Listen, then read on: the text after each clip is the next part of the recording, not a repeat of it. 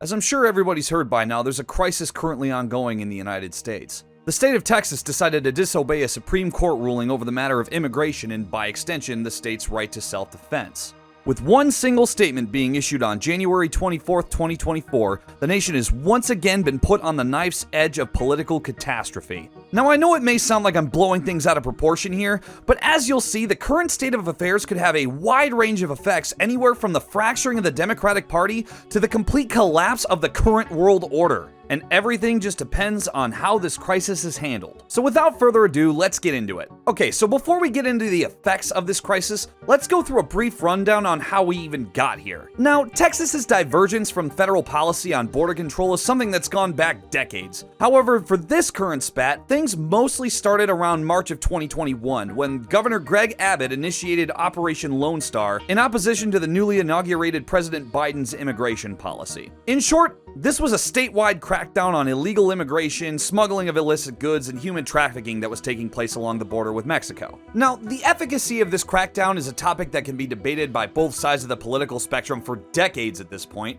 but whichever way you land on the spectrum, one thing was clear: that the situation in Texas got dire enough that the state showed that it was willing to defy federal consensus in order to secure its own southern border. Now, as you can imagine, this has caused nothing more than an absolute tsunami of political mudslinging between left and right-wing politicians. But for the most part, things calmed down until March of last year, when Texas escalated its efforts to stop illegal border crossings by hanging razor wire. Over the course of the following 3 months, Texas continued to place more and more obstacles, such as floating barriers in the Rio Grande. The state of Texas has a federal lawsuit filed against it for humanitarian concerns in July, and the case eventually reaches a federal appeals court, which orders Texas to remove the barriers it erected. Fast forward to January 11th, the state of Texas seized control of Shelby Park near the Rio Grande, where federal authorities were able to park in order to take down these barriers. And 11 days later, the Supreme Court authorized those same federal authorities to continue removing the barriers, and we finally get to where we are now 2 days later. As said before, on January 24th, Governor Greg Abbott released a statement basically saying that the federal government has failed in its duty to uphold the constitutional right to a state's self-defense,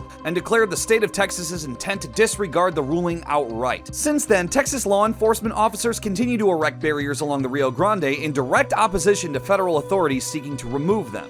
Now, this is an extremely condensed timeline of events, so if you're curious to learn more, I suggest you do some reading for yourself on the matter. But this will at least give us a basic understanding to work with in order to understand where we go from here. Now, to some, this may not seem like a massive deal, just another bump in the continuous winding road of division that the United States has been driving down for the last decade or more. However, when you look closer at this situation, it becomes clear that this isn't just another political spat, and that this crisis could quickly devolve into catastrophe if handled incorrectly. For a little more context, the US has dealt with rogue states disregarding Supreme Court decisions like this after the Civil War.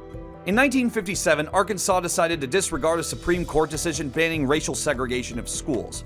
In response to this, President Dwight D. Eisenhower federalized the Arkansas National Guard in order to assert control and enforce the ruling. Now, obviously, this didn't do anything crazy like plunge the country into a second civil war or anything. However, the United States was a much different place back then than it is today. The US had just won World War II 12 years earlier and was led by a genuinely popular president, being a World War II vet himself. Political divisions were much lower back then, and people weren't so desperate for immediate outcomes like they are today. Now, I could get into the weeds of why the US's political divisions are so pronounced right now, but honestly, that warrants a topic for a completely different video. But suffice it to say, due to a combination of economic downturn, globalization, the rise of Marxism in the West, the difference between rural and urban lifestyle, the rise of social media, and about a million other things that I could get into, the left and right are now so polarized that both sides have expressed genuine desire to either fight a civil war or at least form their own country separate from the United States. And you can absolutely see this division forming in this current crisis.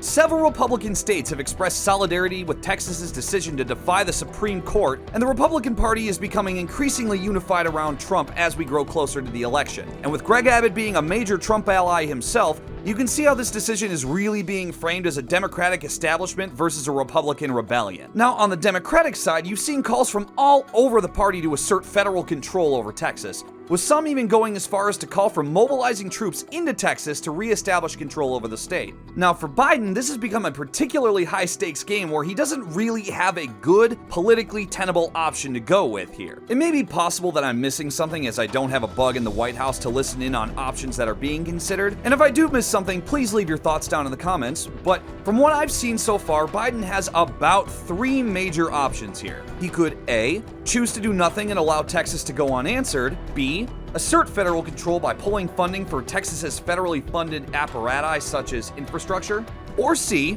he could choose to follow Eisenhower's example and federalize the National Guard to enforce the decision. Now, as said before, none of these are particularly great options right now, especially given the context of the wider United States' political situation, but let's go through each one of these options, shall we? I see option A, where Biden chooses to do nothing, as the least likely option of the 3 for obvious reasons.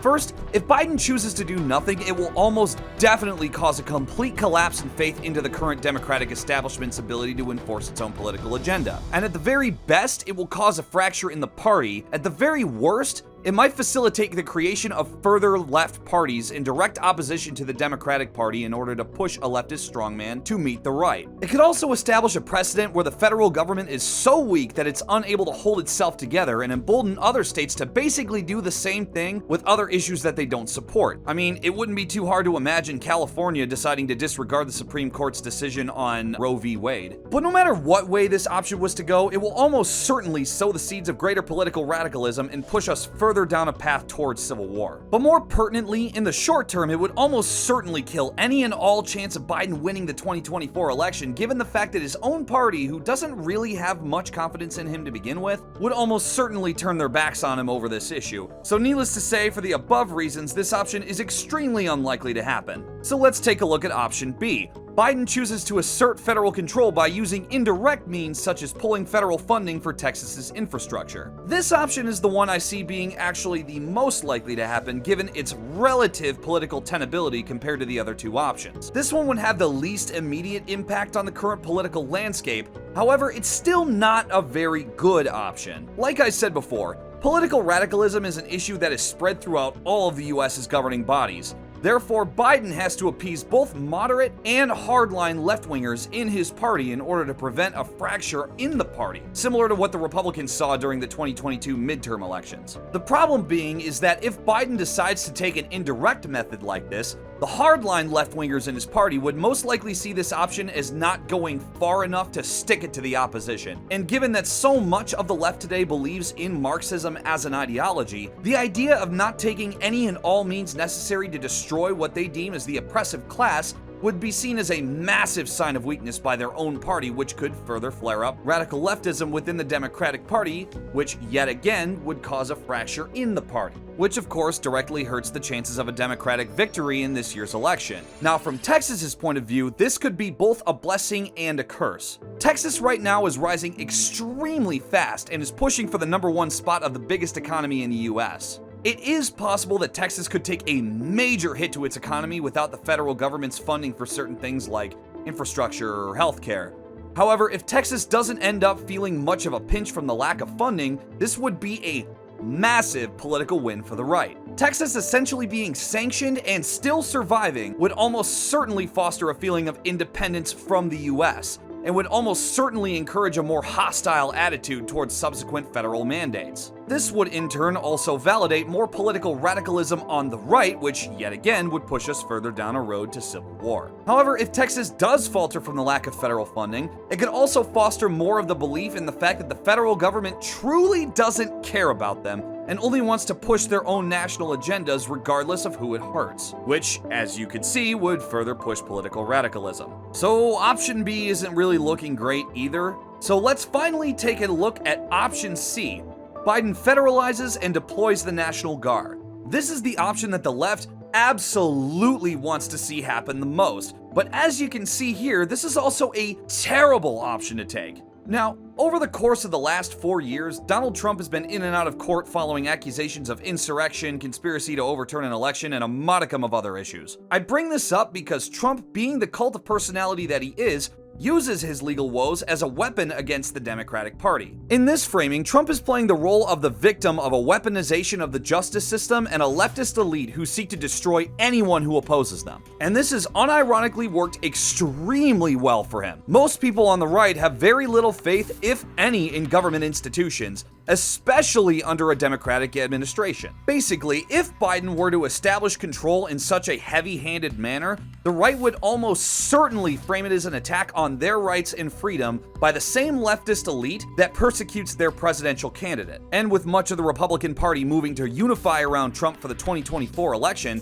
and with tensions already being at an all-time high in the country, and with several other red states declaring their solidarity with Texas, you could already see how this could very quickly spiral out of control. Now, as far as the likelihood of a civil war, in the short term, I don't see it being a very likely scenario, although it is a possibility. I'm sure one could imagine a world where skirmishes break out between Texas loyal National Guard troops and federal military forces, which then eventually spirals out of control to being a full-blown civil war. However, the more likely outcome would be a complete unification of the Republican Party in order to do whatever it takes to end a leftist government deemed tyrannical. I could also see secondary Republican candidates like Nikki Haley all ending their presidential runs in order to endorse Trump. Or, alternatively, Nikki Haley actually becoming Trump's vice president. And with Biden already not doing that well in the polls, a unified Republican Party would not bode well for Biden's campaign. However, it is worth mentioning that out of all the options presented here,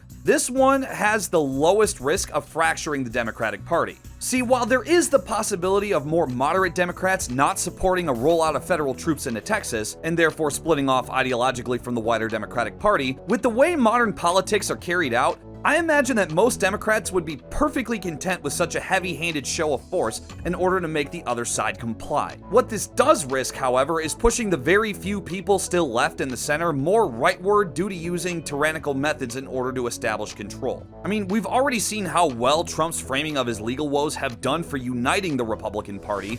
If there was a wider government crackdown on a state, it could push more moderate people into believing that the current ruling party has resorted to abusing power in order to push their own agenda, especially since the COVID lockdowns were mostly carried out during Biden's tenureship. Now, obviously, none of these options are very good and will result in some level of further division going forward. But where this really hurts the US is in its foreign policy. When people get caught up in the idea of a civil war, they tend to think of it obviously through the lens of the American Civil War and all the things that went with it. However, what this doesn't take into account is that in the early 1860s, the United States was nowhere near the world hegemon that it is today. And this is important for many reasons, but none the least being the fact that in the current world system, the US is the glue that holds the world together. And this is no understatement either. Most of everything that you and I take for granted, such as global shipping lanes, international travel, the relative stability of the world over the last few decades, is mostly because of the US's role in backing international organizations such as NATO or the United Nations, its role in policing the world's maritime shipping routes, and the fact that the United States has the ability to make all these different countries cooperate after World War II. However, it should come as no surprise to anyone watching this that we've seen a drastic unraveling of this world system and what it means for everybody involved currently.